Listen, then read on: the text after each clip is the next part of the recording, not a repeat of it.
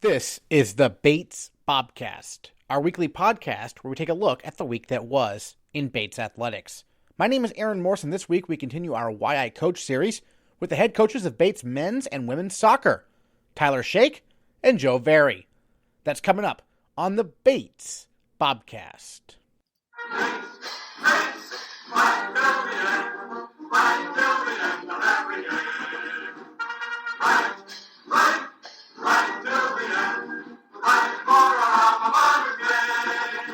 In 2019, his second season as head coach of men's soccer at Bates, Tyler Sheikh led the Bobcats to a 9-6-1 record, the program's most victories since 2008. That included a 5-4-1 record in the NESCAC, tying for the team's most conference victories since 2000. That followed an 8-7 record in his debut season at Bates in 2018. Coach Sheikh was named the 9th head coach in team history in July 2018, following a successful stint at Knox College in Illinois. Coach Sheikh, tell me a little bit about when you were in college. When were you starting to think about possibly, going into coaching as a career? You've been at a few colleges before Bates, but how did that process develop for you? I think like a lot of soccer players growing up, at one point, maybe our dads put us into the sport. And I had two older brothers as well. My oldest brother is on staff with me here, kind of almost at this point with COVID, more as a more of an advisor role than a coaching role. But he was my coach in high school, and he led us to a state championship, first ever in our town before the big blow up of 1,000,001 clubs in the tri-state area. So that's forever for me. Those are moments that I can't ever get back, but they're ones that stick with me forever. And I really think from all that my father taught me, my two older brothers, specifically my oldest brother, being my coach, that's when I really started to think about being a coach. Certainly in college, pretty much had a nondescript career. But because of that, because of a failed playing career, I was like a sponge as a player at the same token. There's a lot of things I picked up from coaches, and there's a reason why I guess sometimes they say it's a bad phrase, but those who can't teach, I didn't have the best playing career, but I think now I want to make sure no one has the same sort of experience that I did as a player, where I was bopping around colleges and whatnot. I want to make sure they feel like they have a home and they belong and they sort of feed into a certain culture. I think I was able to develop that at previous institutions, and it kind of shows as assistants took over and, led teams that I had the year prior to the national tournament, and, certainly the moves made by my assistants. But all of that is my why. It's the people I've been around. It's those that I learned from. That's why I got into it. Just to clarify, was it your dad who was your coach in high school or your older brother? My oldest brother. Okay. But my dad was always in the background too. I guess nowadays one might call him a helicopter parent, but no, he actually is the most chill guy. The guys know him. He's been zen one or two times on Zoom calls here at Bates. He's famously in the background of a Trinity College overtime victory 2 seasons ago. He's walking the track. He's not even watching the game. He's walking the track, but we're into celebrating in the corner, and he puts his arms up. So it's a family affair. And I think the why I coach thing is to try and create a family vibe. Well, speaking of that, to have your older brother be your coach in high school, what was that dynamic like, kind of? How many years separate you guys? He's 7 years older, but I always tagged along. I remember sleeping on his floor growing up. Apparently that was more comfortable to me. Definitely a hero of mine. He's the type of guy that everyone likes. You know me enough by now. Sometimes I ruffle people's feathers, but he's one of those that everyone likes, and he's really like the Phil Jackson of soccer. So he's been a great influence on me. And the dynamic was, at times he was a young coach, so he's changed a lot since then. I remember he once was like, took me out of a game and he says, "When you're ready to play like a Sheikh, tell me." I was like, well, what does that mean? Now is now the time? No. So it was interesting, but we won. He's always been a winner, and I think he's tried to get us Bobcats in the mindset of championship mentality. I feel like we got to believe it before we do it. Who were some people, in coaching who helped you kind of grow your career when you were just getting started? Yeah, interestingly enough, George Pagavy and a couple other, Dave Sayward at Middlebury, they might not remember it. George might not remember it because I'm sure he's touched a lot of people and coach and such a legend of the game. But he was one of my coaching instructors when I was getting diplomas and badges on the way up. And, you hold some of these positions in the NESCAC in such high regard when you're a young Division III coach, 400 plus institutions. And I might have started, somewhere on the bottom half of that totem pole. But and saying to them, oh, this is the Middlebury coach, it's the Bates coach, and really after 5-10 minutes of listening to them, understanding why, the way they carried themselves, the way they talked about the game, the joy that they had around it. I mean, you could tell that they created a lot of memories with their own teams, and then certainly against one another as rivals. I hope Alex over at Middlebury is around my age. I think almost my exact same age. The con coach is a younger coach. I'm hoping to have some rivalries with these guys for years to come. What was maybe your first big break, when you were looking for different jobs and stuff? I bounced around in my 20s. I was in the state of Connecticut back in the mid 2000s. Being a history teacher was few and far between. I should have gone into math or science. Remember that, whoever's listening out there. But history poli-sci guy ended up going to ed school at UConn and was trying to find a teaching position in the state of Connecticut, and it was slim pickings. I was adult incarceration, alternative education, GEDs. Went to Europe for a bit to do teaching as English as a foreign language, just to build my resume as you could. And some type of moves that you might see more people doing now post pandemic to find a way to pad their resume. And just get some life experience if their ideal entry level job isn't there. But I was bouncing around. I finally got a full-time position, and once I finally got it, ironically in the same district as my father, in the same building that he was in for 35 years, different magnet school when I took over. I was there for not that long before I realized I like coaching at the end of the day before I like being in the classroom. And one athletic director, man by the name of Ryan Smith, took a chance on me. I applied to a job, Mount Aloysius College. Not a lot of people know about it, but there's a lot of heart there.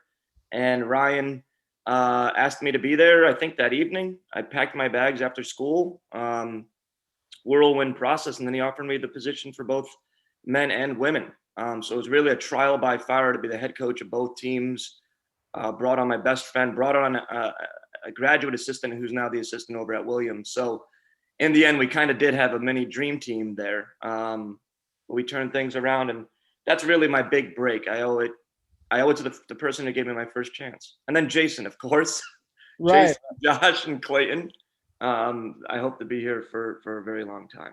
Well, coaching the women and the men, I mean, once you got a job where you could focus on just one, that must have been made it seem easy, I guess, after that, right? I mean, that's a tough way to begin, kind of having to coach two teams, I imagine.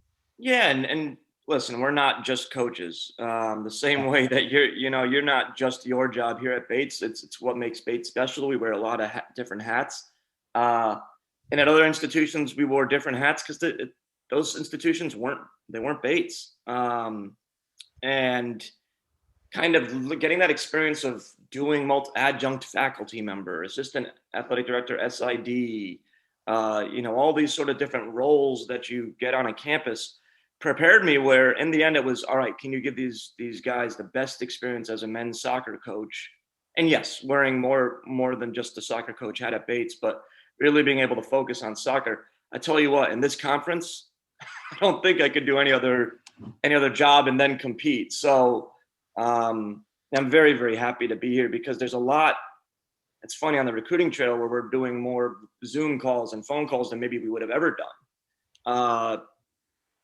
You know what? There's still so much I don't know about Bates 2+ years on because a lot of it's not in my purview. It's completely taken off my plate, and it's a well-oiled machine. So, yeah. But I think every stop that I was at before kind of prepared me for it. It's like I did it, went up a rung, did it, went up a rung on the ladder. How would you describe your coaching philosophy? I mean, who do you maybe take after? Who are there any coaches you kind of trying to model yourself after, or are you trying to, pave your own way, I guess? Yeah, it's a great question. It's changed over time, and sometimes what's the flavor of the month. But I think a coach needs to have an ego, and it might sound crazy, but I think you need to have an ego. You've got to be the man. You. Not everyone can be a head coach, for example. Not everyone can be a head coach of a successful program. So you've got to believe. I was talking about a little bit of belief before. Like, you've got to believe in yourself. You got to believe that you have the ideas. After that ego bit's out of the way, I think I do an all right job of making my guys realize that I'm pretty fallible, which they pick up on within 5 minutes. And the idea, I guess, philosophy, the more the merrier. Not literally always, but just the idea that it's a democracy. At its most, coach centric, it's maybe a benevolent dictatorship, but it's a democracy, and I want their opinions. I want their feedback. It's their experience. Again, my playing experience wasn't very successful. So, how can I help theirs be memorable? So maybe the philosophy of the more the merrier. Have you done much talking with your fellow NESCAC coaches about how they've handled this fall we've had, kind of with only practices? Yeah, our arch rivals have broken bread a few times over the past year or so. No, it's such an amazing coaching fraternity. I'm sure across the board in NESCAC. I'm part of the NESCAC Coaches of Color Coalition as well. That's incredibly impressive.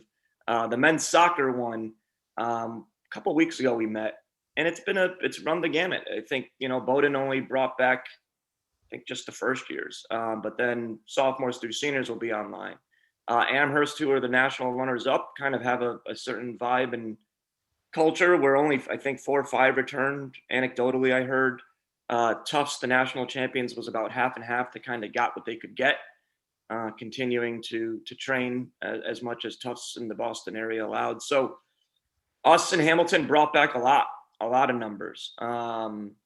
We brought back everyone on our team, which I wonder if, I think that was the only team in the NESCAC that did it. And there's a little bit of pride in that people wanted to return, but I also think that's a testament to everything that happened this fall. I think that if we step back and be like, wow, testing center, sports med, all the planning that took place, the way that people sort of got on with it, and gave allowances to one another was huge, was absolutely huge.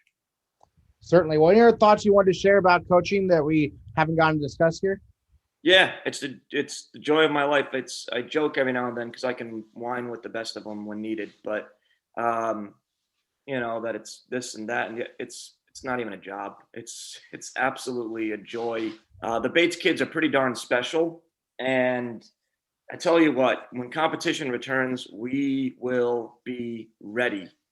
We are gunning for championships, plural. If we're not, what the heck are we doing? And we've got a young group, those that will become seniors next fall, are terrific men. They're not young men anymore, they're men. And I think all of us are ready to make history. 2019 was Joe Vari's first at the helm of the Bates women's soccer program after he led the University of Puget Sound to the NCAA tournament in 2018. He talks about how he first got into coaching and some of the lessons he's learned along the way. So my junior year when I was at Hiram, Chris Yeager was the head coach there, and then he left at the end of that season and took over the program down at Lynchburg College in Virginia. And he and I had a really good friendship even then, and still are really great friends. And I started getting closer to graduating and didn't know what I was going to do with things. And so, I called my coach to see what he thought, even though, he wasn't my coach anymore. And and he had a graduate assistant position that was opening up that was going to be there. And I kind of wanted to was thinking about getting a master's, and it was really just kind of a good opportunity to kind of connect both. What are some things you had to learn, transitioning from, your undergrad experience to, supervising folks? Yeah, it was a big change. You had to quickly, you were no longer a player, and you couldn't be a college student. You had to be a grad student, and you had to be a coach. And so So that was a pretty quick transition. And I liked that role as an assistant because you could be, you're the same age as the players. The perk for me was, I didn't play there at Lynchburg, and that was some of the issues. Some of the players that became GAs after me that they had, that was a harder transition for them because now all of a sudden they had to coach their friends. And so that was a perk for me. That was a bonus that I had. But you could blur those lines. You're the same age. You could be really friendly, but then you also really had to learn how to kind of keep those two things separate because, ultimately you had to be the hammer at some point on that. And so that was a hard part to kind of learn. But that really was kind of an easier transition for me because I didn't know all the back history of all the players. But it really was just trying to learn and find that growth of as being a person of, now you're kind of overseeing all of these people, and certainly was a little bit of a maturity process. And obviously, you've coached men, you've coached women. In terms of from a coaching perspective, in terms of those similarities, differences. I mean, it's the same sport, but I imagine the strategy might be a little bit different. Yeah, it is. Like you said, it's the same sport, but it's also a completely different sport. The guys' game, I feel like the ball is out of bounds a whole lot more, just because they can smash a 70-yard ball and do quite frequently, and it goes out of bounds a lot. That doesn't quite happen so much on the women's game. But the women's game is, I think, a lot more team tactics. Sometimes it takes a couple of additional passes to get the ball to kind of go where it needs to go.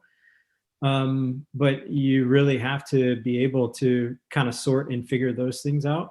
The women's side is a lot, to me, I like it much better than being on the guy side. And that was one of the kind of the draws when that opportunity came for me there at Rhodes to be permanently on the women's side. It was a neat opportunity. And on the women's side, I feel like they ask you to be a better coach because they want to kind of understand why. And if you can explain it and it makes sense, then they're like, oh, cool, I get it. Like, let's do this.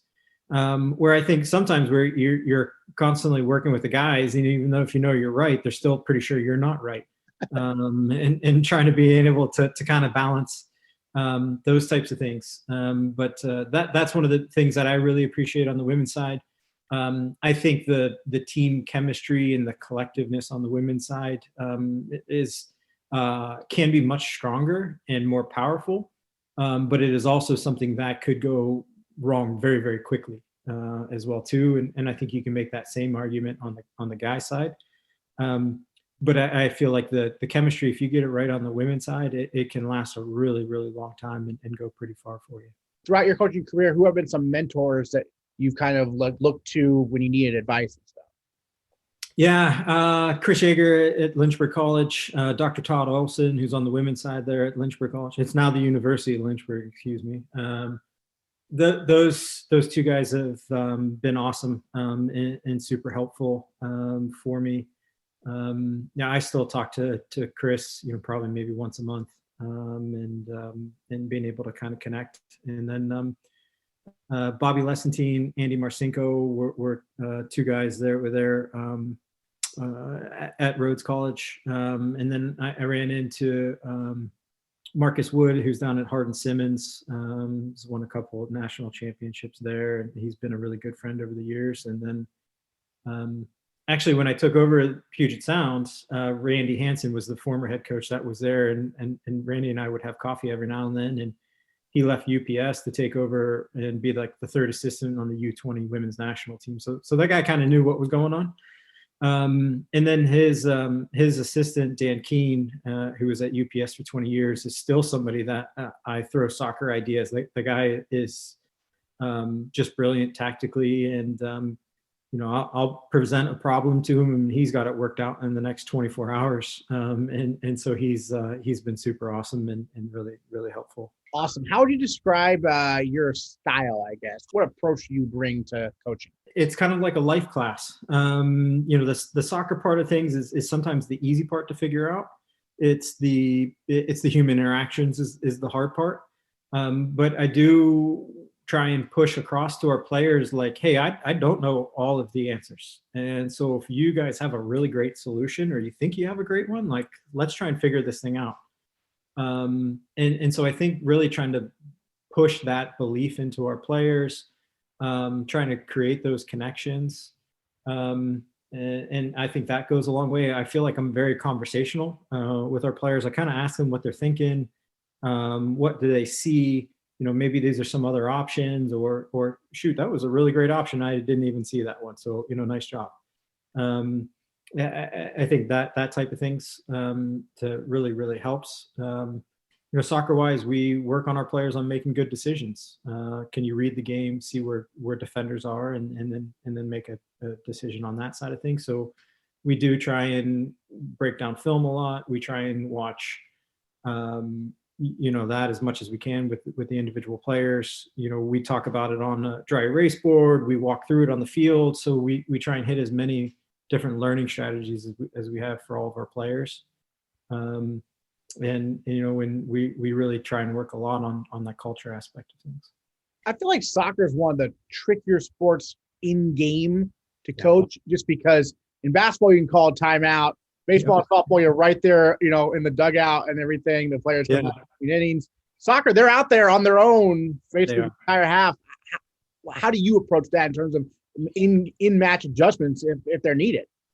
Yeah, I mean, that's where we want to try and get to the point where our players are flexible and they can kind of understand what we're trying to do, and then if we need to make some changes, can we just shout out what we want to try and change into on the field.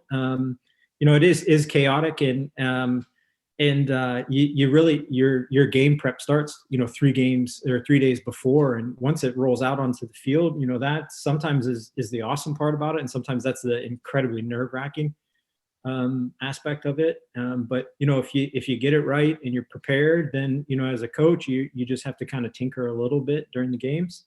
But on the professional level, they have code words, right? So this is Randy was telling me this story. At the professional level, they'll start yelling the name of a player that's not on the field, and that's like the key for like a player to like either fake an injury or like to like take a rest or slow some things down, so they can get one of the captains over real quick and like talk about what they want to do on the changes. So there's creative and interesting ways, but that's the fun part about the sport, is it's just so fluid.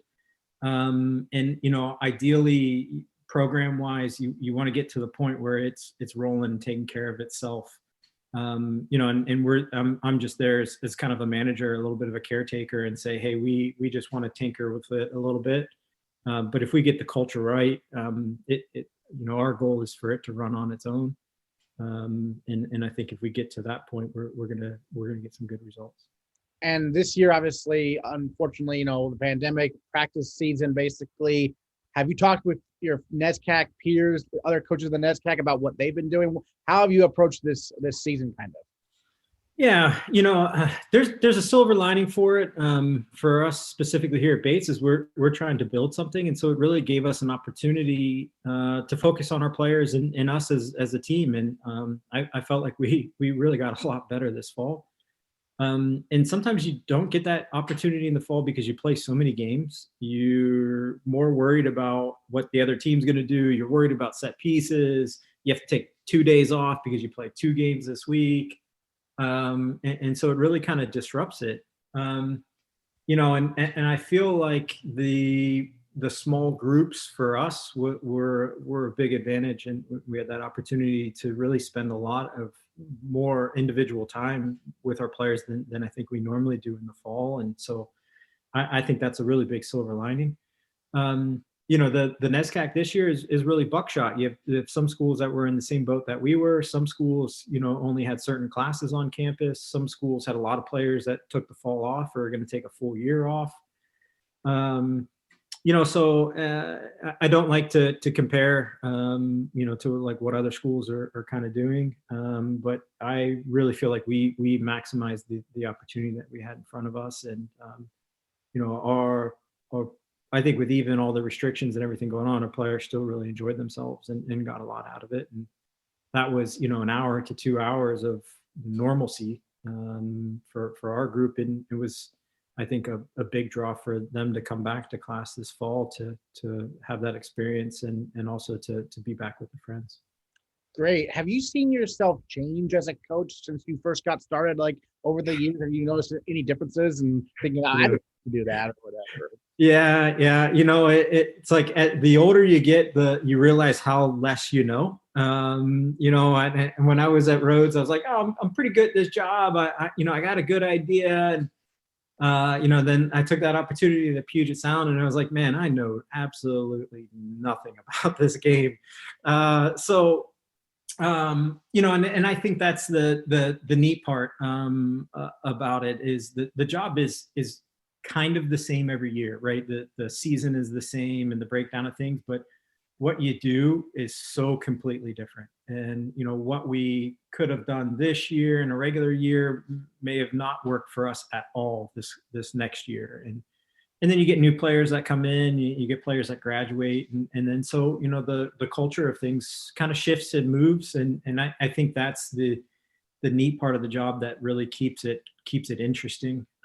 Cause it is just kind of fluid and is always kind of ever changing. But yeah, man, it is one of those things where the game changes and the players change. And I think that's the neat part about it. And I think that's the part that,